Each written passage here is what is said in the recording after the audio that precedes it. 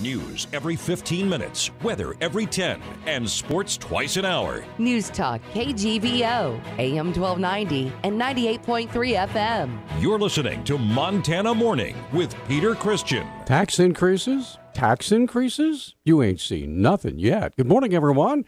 It's Montana Morning. It's Tuesday, June 20th, 2017. A partly cloudy sky, a lovely morning, actually. 57 degrees in Missoula. And our newscast this morning sponsored by First Montana Bank. Your home for free centennial checking, plus unlimited cash back every time you use your debit card. Online at firstmontanabank.com. Our top story this morning, when Mayor John Engen promised on the What Do You Know program on KGVO that as long as he was mayor, there'd be tax increases every year, he was not joking. According to a report from NBC Montana, the 2018 fiscal budget includes a tax increase of more than $6 million. That's an 18% increase. According to budget documents on the city's website and a letter that Missoula Mayor John Engen wrote to the city council. The budget has gone through most committees. Monday, the council set a date for a public hearing on budget items. The public hearing is an opportunity for members of the public to come and comment. The hearing is scheduled for June 26th. A report on the city's website said Missoula residents who own a $250,000 home will pay about $28 more next year in property taxes. Mayor Engen said the money will fund, quote, critical items, end quote, that have been on the city's waiting list for several years. Items include 2 additional specialists in the Missoula Police Department, crime victim services, compensation, street projects, new facilities at Fort Missoula, updates to court technologies, and more. Much more.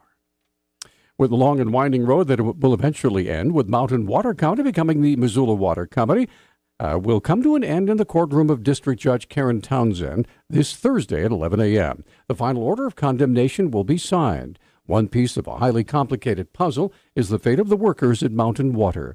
Attorney Gary Zadek has been working for the last 2 years to help the employees gain contracts with the city. Overall, most of the employees, well, a great majority of them have signed contracts with the city. I expect on Thursday that the water system will function. You know, the employees are committed. They have a great record of providing safe, reliable water, and they look forward to doing that. I'm sure, and I'm assuming here, they have some nervousness about going to work for a new employer. They weren't unhappy where they were. I'm imagining they have that anxiety.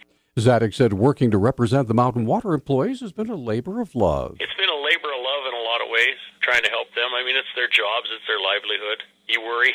More stressful than other types of litigation you might be involved in because you're really dealing with people's ability to take care of their family. They're a committed bunch. They're proud of their water system. They want to keep it running and in good shape and deliver water to Missoula and the surrounding area. They're a great bunch of people. The process, which has taken over 3 years, has involved a contentious condemnation lawsuit, an appeal to the Montana Supreme Court, and millions in legal fees.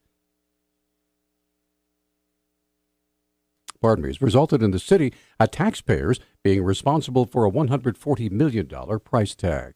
Police officials say a Montana Resorts insurer will investigate what caused a second-story deck to collapse and injure at least 50 people. 2 of those people are in critical condition from Saturday's accident at a memorial service for a firefighter who died in April. Witness Leslie Dillon said dozens of people gathered on the deck overlooking Flathead Lake after the service, and a 10-foot-high structure fell. Lake County Sheriff Don Bell said his department will not investigate the collapse because it was not a crime. The injured were treated at 5 area hospitals. 18-year-old Akira Smith was in the Missoula County Jail for a time on felony aggravated assault charges for allegedly attacking his own sister, cutting off her breathing with a headlock. Missoula Police Public Information Officer Travis Welsh said the call came in early Saturday morning. Very early Saturday morning, about 2:09 a.m., officers were called to an address in the 1500 block of North Russell Street for what was described as a physical disturbance between a male and a female. The officers arrived, made contact with a male, learned that he had been in an altercation with his live-in sister. Welsh described how the incident resulted in a felony charge. Admitted that he had put her in a headlock. The sister basically reiterated the same story, except to say that the headlock actually limited her ability to breathe normally. And subsequent to that, Mr. Smith was arrested for the offense of aggravated assault. Smith appeared in Missoula Justice Court and was released on bond. A massive reclamation project is underway at the site of the former Troy mine in northwestern Montana. The Flathead Beacon reports the cleanup of the former silver and copper mine is expected to take about 3 years. The remediation includes covering 303 acres of tailings with topsoil, demolishing buildings, and filling in mine portals.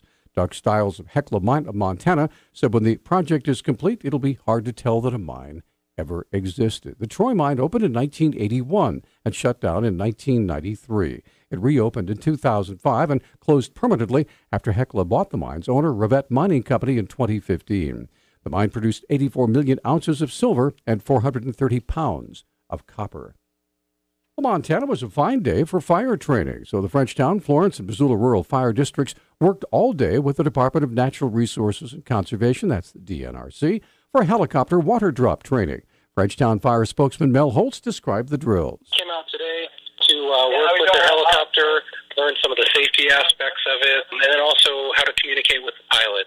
So if we do have a wildland fire in the area, we need bucket support and helicopter support, then we can communicate with them, we can communicate with the pilot, and we can get them responding to our incident. Holtz said the DNRC helicopters were drawing water out of the nearby Clark Fork. We've got about 15, 20 people out training today. They're working on calling in bucket drops to the pilot and giving feedback. And right now they're dipping out of the Clark Fork, so it's actually a couple-minute process. And that bucket holds a little over 300 gallons. So actually pretty quite effective if we call that in and need that on a wildland call. Holtz said with the hot, dry weather this week, it won't take long for conditions to dry out and fire danger to increase. Several Montana nonprofit groups that have become staples at the Ravalli County Fair will be absent this year after changes in the accounting and insurance procedures.